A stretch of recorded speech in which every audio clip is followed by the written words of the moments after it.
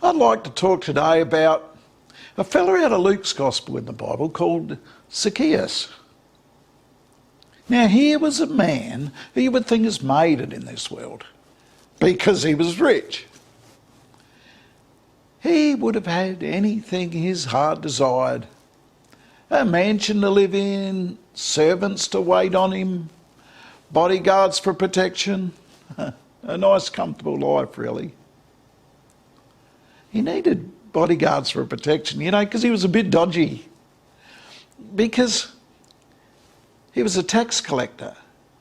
He can be an honest tax collector, but he was rich.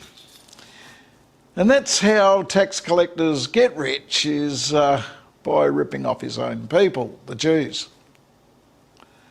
To the Jewish people, he would have been seen as a traitor, because he was not only working for those dreaded Romans who had conquered him, but was skimming the profits of the hard work of his own people. He was not popular by any means, but that shouldn't matter because he was wealthy. They would have bought him all the power and prestige he would have ever needed. He was also short as well. He probably had a dose of small man syndrome, which meant, he was rich to compensate for all his shortcomings. He had obviously heard about Jesus and knew that he was passing through town, and for some reason wanted to go and check him out. I think this is interesting, because why would a wealthy chief tax collector with small man syndrome want to go chasing after a poor preacher that was just passing through town? It's not like standing in the crowd hoping to catch a glimpse of the Queen, or at least someone famous or important. Wonder why Zacchaeus was so fixed on catching a glimpse of Jesus. It wasn't like he needed a miracle or anything like that. He wasn't sick or disabled. Maybe it was just curiosity.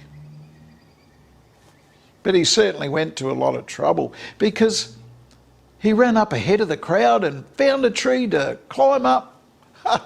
Probably much to the entertainment of the Jews that didn't like him anyway. Just imagine what it must have been like that day. He was wealthy, he was, dignified, probably in expensive clothes. And to suddenly shoot up a tree to gain a vantage spot. It must have been really hilarious for the Jews watching this little man running around making a fool of himself.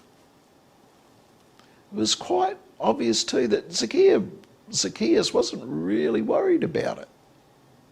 He didn't worry about what anybody thought.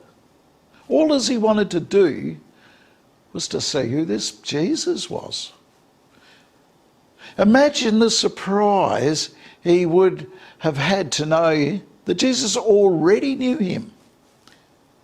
He walked straight up to him, looked at him perched in the tree branches, and he said this in Luke 19 verse 5. When Jesus reached the spot, he looked up and said to him, "Zacchaeus, come down immediately.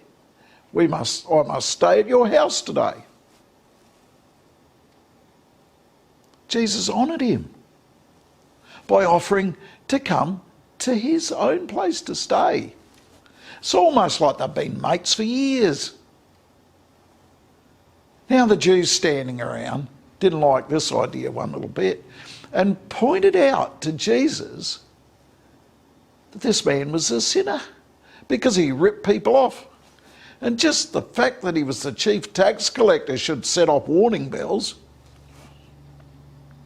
Jesus wasn't buying any of it because he'd already made up his mind where he was staying. But then Zacchaeus must have had a twinge of guilty conscience or something, because he turned around and he offered half his wealth to the poor and to pay back anyone who he'd ripped off 4 times the amount. Zacchaeus didn't have to do that.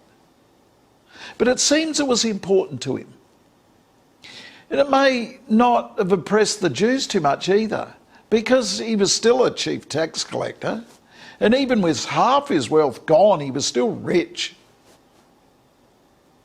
Do you know that the name Zacchaeus actually means pure or innocent?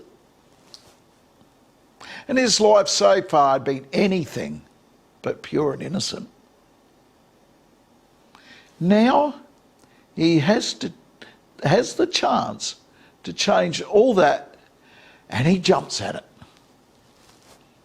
First, he shows compassion by giving money to the poor, and then he offers to make things right to anyone he is ripped off. So what more could anyone ask? Well, I'm not really sure if anyone took him seriously at all, but Jesus obviously was impressed.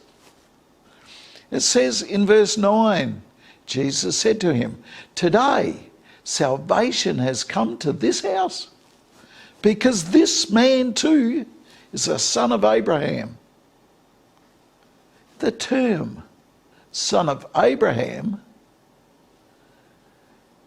means that Zacchaeus is now a chosen member of God's own family, because he now has the promise in him of sonship in the kingdom of God.